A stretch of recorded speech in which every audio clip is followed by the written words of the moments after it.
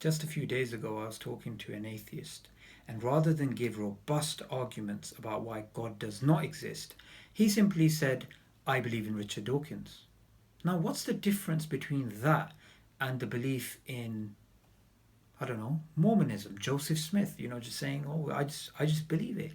And one thing which I find very strange is the same people who claim to be skeptics, free thinkers, free souls, rebels without causes and all that nonsense, are the same people who just accept authority.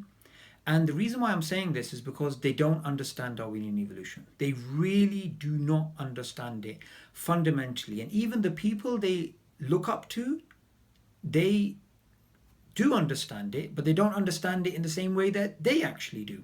And let me just give you a sort of, just to show you the difference between the two.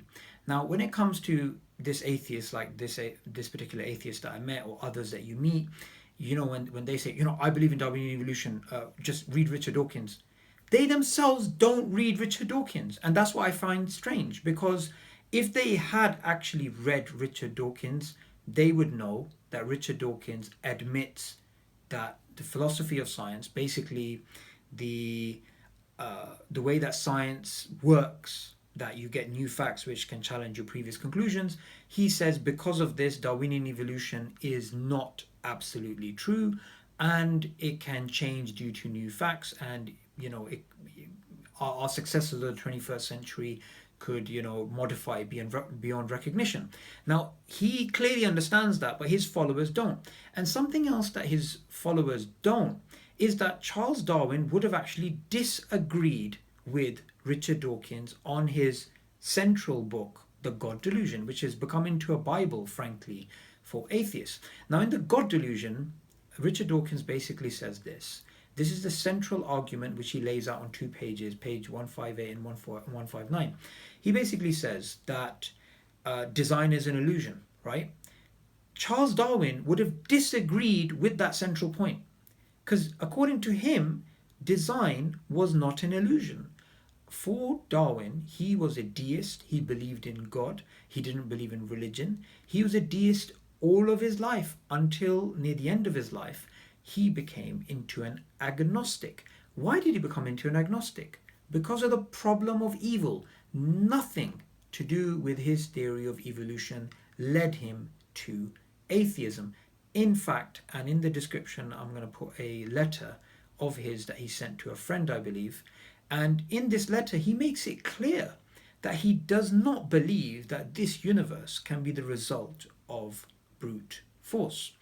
Now, what I want Darwinists, free thinkers, skeptics, whatever you want, what's the other term? Brights, right? That's a term Sam Harris has come up with. What I want you brights to do is this. Use that skepticism that you have, not selectively, but across the board. Use that skepticism to challenge people like Richard Dawkins. Use that skepticism to actually question Darwinian evolution itself. Don't just use it skeptically. Don't selectively. Don't just say that, when it comes to religion, your skepticism becomes like 1,000,000%. But when it comes to, the God Delusion or Richard Dawkins or anything like that, your skepticism level just goes down. Why do you make the claim against religious people that, oh, you guys are just blindly following, when you guys do literally the same thing? So many atheists I actually interact with, they don't believe, they don't understand Darwinian evolution, but they believe it absolutely.